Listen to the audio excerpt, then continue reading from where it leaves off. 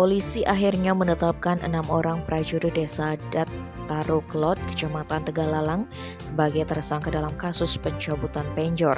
Keenam tersangka dijerat pasal berlapis yakni tentang pengerusakan secara bersama-sama dan penistaan agama.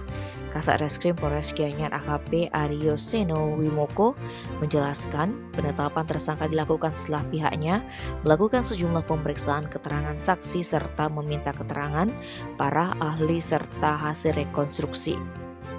Apa yang dilakukan oleh keenam orang prajuru adat ini dinilai telah memenuhi unsur tindak pidana. Hanya saja pihaknya tidak menutup kemungkinan mengenai bertambahnya tersangka. Kata AKP Wimoko, penyidik juga menyiapkan pasal berlapis, mulai dari dugaan tindak pidana tentang pengerusakan secara bersama-sama hingga tindak pidana penodaan atau penistaan agama dengan ancaman hukuman selama 5 tahun penjara.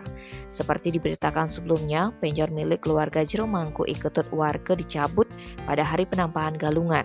Penjor yang ditancapkan di depan pekarangannya di Banjar Taruklot itu diduga dicabut sejumlah orang dan alat-alat penjor yang telah dicabut diletakkan tak jauh dari lokasi penjor berdiri sebelumnya.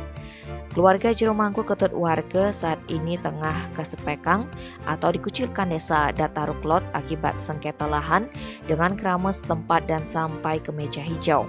Sebelumnya halaman rumah Jeromangku Ketut warga juga sempat dijadikan lokasi menaruh sisa-sisa upacara oleh warga setempat.